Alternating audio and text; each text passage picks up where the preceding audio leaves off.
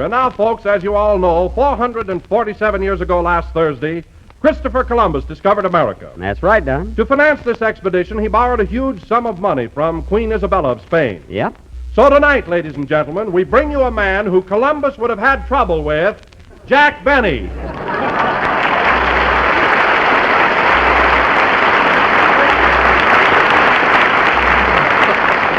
Thank you. Hello again. This is Jack Benny talking. And Don, although I appreciate your timely introduction, aren't you assuming too much? What do you mean? Well, how do you know Columbus would have had trouble borrowing money from me? That's just a wild guess. Well, Jack, I was merely trying to be topical, that's all. Last Thursday was Columbus Day, and I wanted to tie you in with him. Well, Don, tying me in with Columbus is indeed flattering, but you didn't have to make me tight. He didn't make you tight. He just lifted the veil. Oh, he did. Now, listen, Phil, and this goes for you, too, Don. We're beginning a new season, and I think we ought to make a few changes. I'm sure there are more vital things to talk about than me being tight. I'm awfully sorry, Jack. Me too. Don, I believe. You know, fellas, this is only our second broadcast, and during this new season, we ought to try and get on more believable subjects. You're right, Jack. We've all been picking on you too much. You said it, Mary. Imagine saying I wouldn't finance Columbus. If I'd have been living in those days, I would have been glad to loan him the money. Yes, but he'd had a tough time sailing that boat with one arm. Mary, I wouldn't have asked for collateral. To hear you talk, you'd think I never spent a dime. Well? Well, nothing. What about that party? Well, what about that party I threw Wednesday night at the Coconut Grove? What party? You know what party. The one at the Coconut Grove. Didn't I pay the check for 10 people? Didn't I leave a big tip? Yeah, but you took a tree home for firewood. I did not. I just took a few branches that fell off, so don't exaggerate. Boy, that's rich. Benny the wood chopper. Phil, get this straight. I didn't go to the Coconut Grove Wednesday night to chop down any trees. Then why did you wear that lumberjack shirt? That wasn't a lumberjack shirt. That was my tuxedo shirt that was washed with some plaid socks.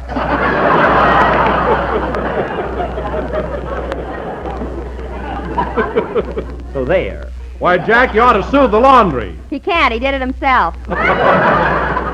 Well, you're certainly right up on your toes tonight, Miss Livingston. My, that's quite a contrast to your opening performance last Sunday. You said it, Jack. Oh, boy, was I nervous. I nearly fainted. I'll say you did. It's a wonder you couldn't control yourself. You've been on the air before. Why all the worry? Did you ever have a strap break in the middle of a program? Oh, I see. So that's what happened. Say, Mary, is that why you borrowed my fraternity pin? Yeah. Phil, how can a hillbilly that only went as far as third grade have a fraternity pin? What are you talking about? I'm a college man. What college? Cornpone Tech. Cornpone Tech? Yeah, cornpone, here we come. Shave and a haircut. Bay rum.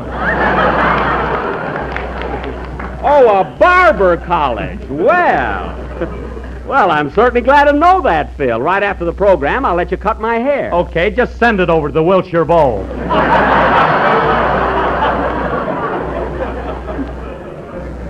All right, Smarty. No cover charge. Mary.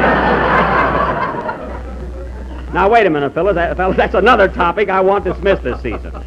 I don't want to hear another word about my toupee because I don't wear one. What's that over your right ear, a squirrel? What? Now, Mary, cut it out and let's change the subject. Say, Don, come here a minute, will you? What is it, Jack? What is it, Jack? What is it, Jack? Did you hear any nice reports on our opening program last Sunday? I mean, was there any good comment on it? Why, yes, everyone I talked with liked it very much, and they were especially enthusiastic about our new tenor, Dennis Day. Oh, that's swell. Of course, he was a little nervous his first time on the air, you know. Well, I have to admit, Jack, I was pretty nervous myself. I had the shakes, too. Phil, you've never had anything that a good night's sleep won't cure.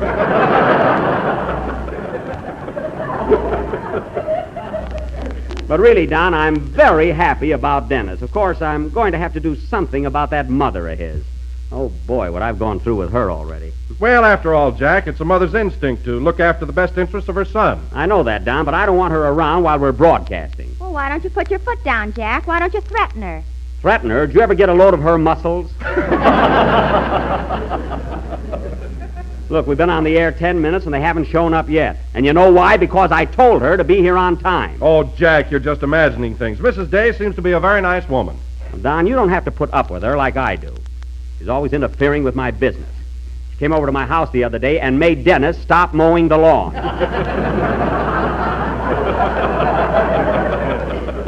How do you like that? Don't tell me you got that kid mowing your lawn already. Well, it keeps him out of mischief, and besides, Dennis was perfectly willing to do it. He should be. You got it in his contract. I have not. His mother took it out. Anyway, my lawn sure looks nice, half mowed. Well, why don't you make Rochester finish it? Oh, I told him to, and he took the lawnmower back to the neighbors. Anyway, fellas, getting back to Mrs. Day, if she doesn't... Jeepers, that must be her now. Don't say anything, fellas. Come in. Well, Andy. Hiya, Buck.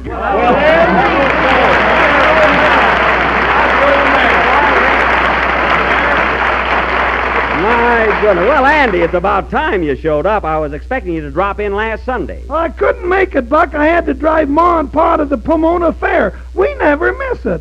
Oh, the Pomona Fair. Say, did your mother win first prize again on her famous elderberry wine? Well, she was expecting to, Buck, but Pa was all alone in the back seat with the jug. Oh, so he drank it, eh? I think so. We passed an orange grove on the way, and Pa said, "Holy smokes, look at that sunset."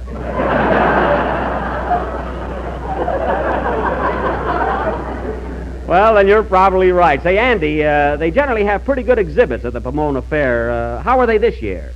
Swell. The farm products were wonderful. You know, Buck, they had an ear of corn there 3 feet long. What was that, Andy? I knew you'd be interested, Phil.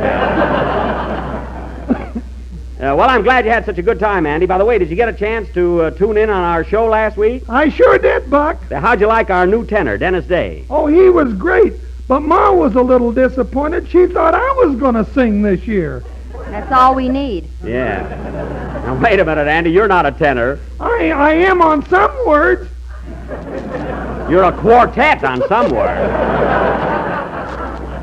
Well, stick around, Andy. I'll have you meet the kid. He'll be here pretty soon. I'd like to, Buck, but I got to run along now. Why, Andy, what's your hurry? Well, my girl's picking me up in front of the studio. Oh, your girlie. Who is she? Whoever picks me up. So long, Buck.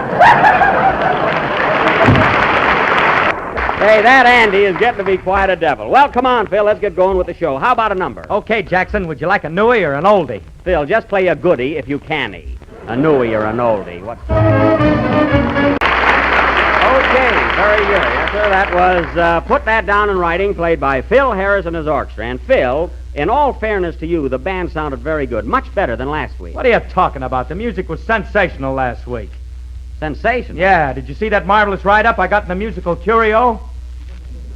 The musical what? Curio, I got it right here. Let's see that. Curio, that's courier, musical courier. He owns a fraternity pin yet. If I could trust that strap, I'd give it back. Yeah, I don't blame you. What does the write-up say, Phil? Oh, it's a rave from start to finish. You read it, Jackson. I don't want to sound hammy. Okay, it says musical review. Phil Harris and his orchestra are back again on the Jello program this year. And on the opening broadcast Sunday, October 8th, we can only say that the music was abominable. I guess that's bad, eh?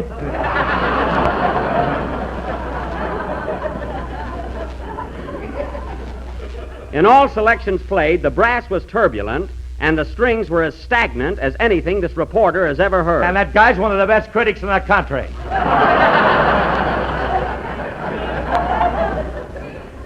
He certainly is, Phil. So that's what you call a rave notice, eh? Sure, I got a scrapbook full of that stuff. You hear that, Mary? He saves those kind of write-ups. Maybe he's going to blackmail himself. That must be it. What are you kids talking about? Why, that's one of the best write-ups I ever got. Did you notice them big words? Phil, this review says that your music was abominable, turbulent, stagnant.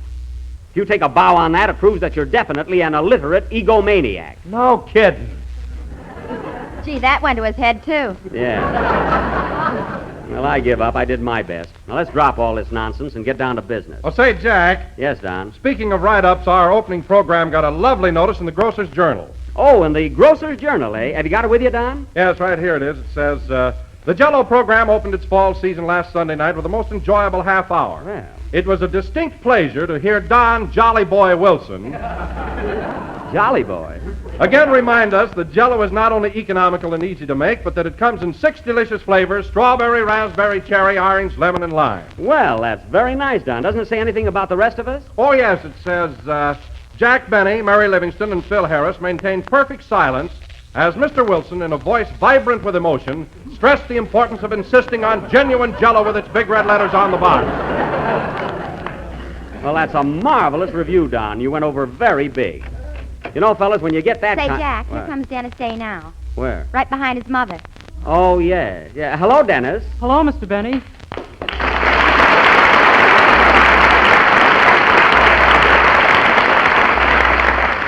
Well, did you hear that, Dennis? That shows everybody liked you last week. You were a big hit. Gee, it all seems like a dream to me. Well, I can imagine. Oh, hello, Mrs. Day. How do you do? And how are you, Miss Livingston? I'm fine, thank you.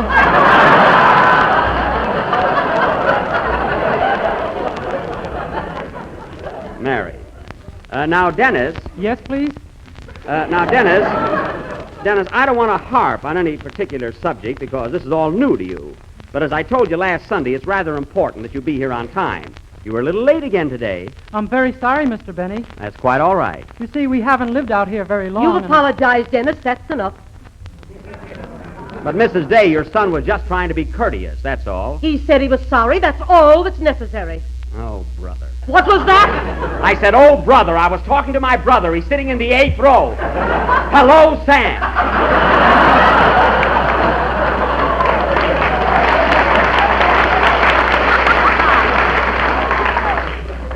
My goodness. Now, Dennis, tell me, did you hear any nice comments about your singing last week? I mean, did your friends like you? Oh, yes, Mr. Benny. Gee, I was so thrilled that I took the first paycheck you gave me and framed it. Oh, you framed your check. You mean you're not even going to cash it? No, sir, never. This is the happiest moment of Jack's life. Now, Mary, I'm glad he's sentimental. It shows good character, Dennis. Thanks for the frame, Mr. Benny.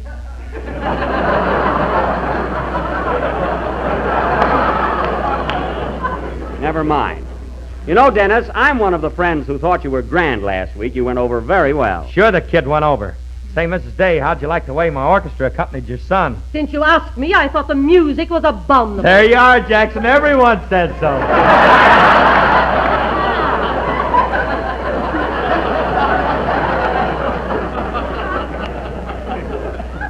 Phil, I can't stand this any longer. I'm going to explain this whole thing to you in your native tongue. When that critic said your music was abominable, he meant that you weren't jiving, that you were off the beam. You mean I wasn't in the groove? I wasn't hep? Exactly. Well, dummy up on that. Mama, Jackson. Well, don't take it so hard, Phil. We all get bad write-ups once in a while. Shucks, and I just subscribed to that paper for 25 years. Well, that's too bad. Oh, Jack, you shouldn't have told him. He was so ignorant and happy. I did it for his own good, Mary. Phil's been getting pretty conceited lately. Is that so? Yes, Phil, you know, there's an old Chinese proverb that says, when orchestra leader gets kick in pants, swelling in head, go down. Remember that, Phil. Now, Dennis. Yes, please? Dennis, we're ready for a number. Have you got your song prepared for tonight? Oh, indeed I have, Mr. Benny. Okay, so now, ladies and gentlemen, Dennis Day, our young vocal discovery, will sing that old and popular favorite, Melancholy Baby. Dennis is not going to sing Melancholy Baby. He's going to sing Cinderella, Stay in My Arms. Now, Mrs. Day, I've arranged with Dennis to sing Melancholy Baby. It's my favorite torch song. Dennis is singing Cinderella, Stay in My Arms. Now, just 1 minute, Mrs. Day. Whose program is this? It's up for grabs. Stay out of this, Mary. Ladies and gentlemen, Dennis Day is going to sing Melancholy Baby. Oh, no, he isn't. Oh, yes, he is. It's no use, Mr. Benny. Dennis, I'm handling this, so just do as I say and we'll have no trouble. Melancholy Baby, folks. Sing, Dennis. That was Melancholy Baby, sung by Dennis Day. And now, ladies and That gentlemen... was Cinderella, Stay in My Arms. Now, listen, Mrs. Day, Cinderella was a melancholy baby, and you know it.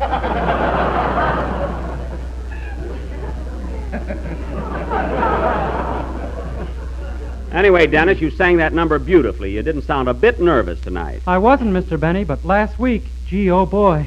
Well, that's only natural. You know. Gosh, if it hadn't been for Miss Livingston, I don't know what I'd have done. Oh, it was nothing, Dennis. I didn't want you to be scared, that's all. Well, that was awfully sweet of you, Mary. What'd you tell him? I just said that if a certain comedian got by for 7 years, why should he worry? Well, that's a fine way to talk about Fred Allen. Anyway, Dennis, don't feel upset about last week because we were all just as jittery as you were. Every one of us. I was as cool as a cucumber. Is that so, Mrs. Day? As if I care.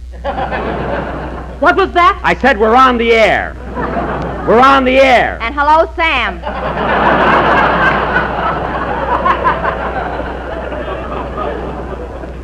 Mary, I'm talking. And now, ladies and gentlemen, if I may resume control here, I would like to announce our play for next Sunday. A week from tonight, the Benny Belligerent Barnstormers will inaugurate their new season of dramatic offerings.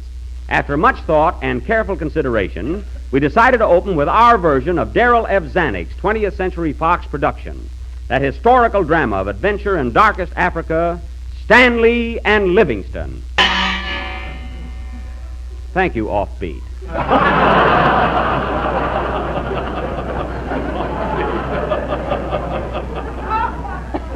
This, I feel, will be one of our outstanding presentations. I agree with you, Jack. I think it's a great idea to do Stanley and Livingston. Yes, Don, at least it'll be something new. New? Fred Allen did it 2 weeks ago.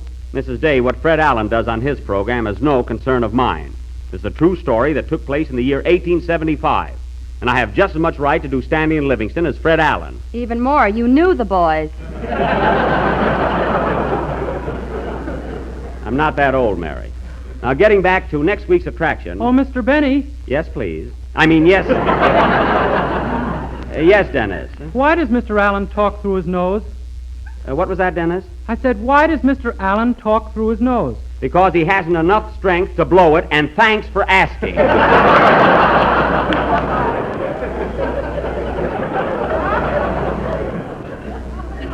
And now, ladies and gentlemen, we are going to take the remaining moments of our program to give you a preview of some of the highlights from next week's stirring drama.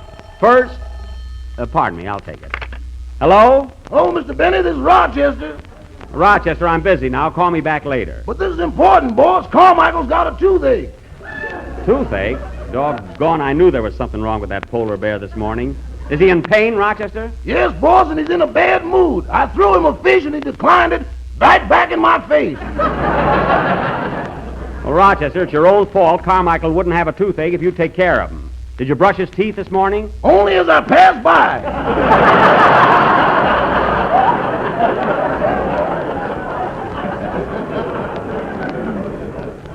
Well, that's awful. Which tooth is bothering him, Rochester? Is it a molar or a bicuspid? What's that, boss? I said, is it a molar or a bicuspid? Yes, pretty bad.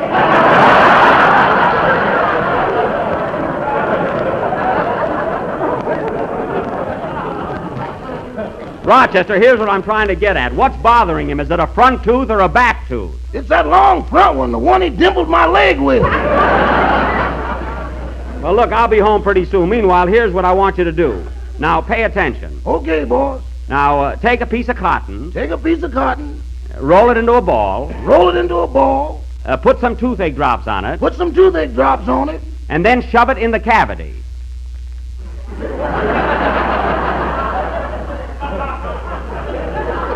Rochester! Rochester! Your echo just resigned.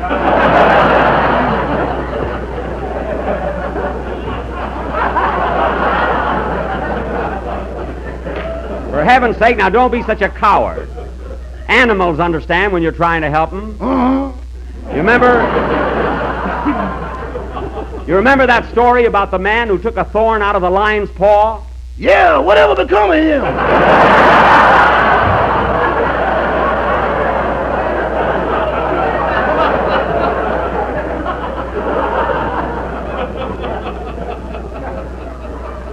Well, look, Rochester, just leave the bear alone. I'll take care of him later. Goodbye. Goodbye. Oh, say, boss, What? can I borrow your top hat tonight? My top hat. Yeah, I got a date with a tall girl. Just stand on your tiptoes and leave my hat alone. Goodbye. That polar bear's got more trouble. What's the matter, Jack? Oh, Carmichael's got a toothache. There'll be no living with him all week. Well, where were we? You were going to give us a preview of Stanley and Livingston. Oh, yes. And now, ladies and gentlemen, for the highlights of our next week's attraction, Stanley and Livingston. That thrilling saga of the Dark Continent. Take it, Don. Africa. The jungle. Headhunters. These, ladies and gentlemen, are just a few of the highlights from next Sunday's sensational offering, Stanley and Livingston. So be sure and tune in. Pardon me, come in?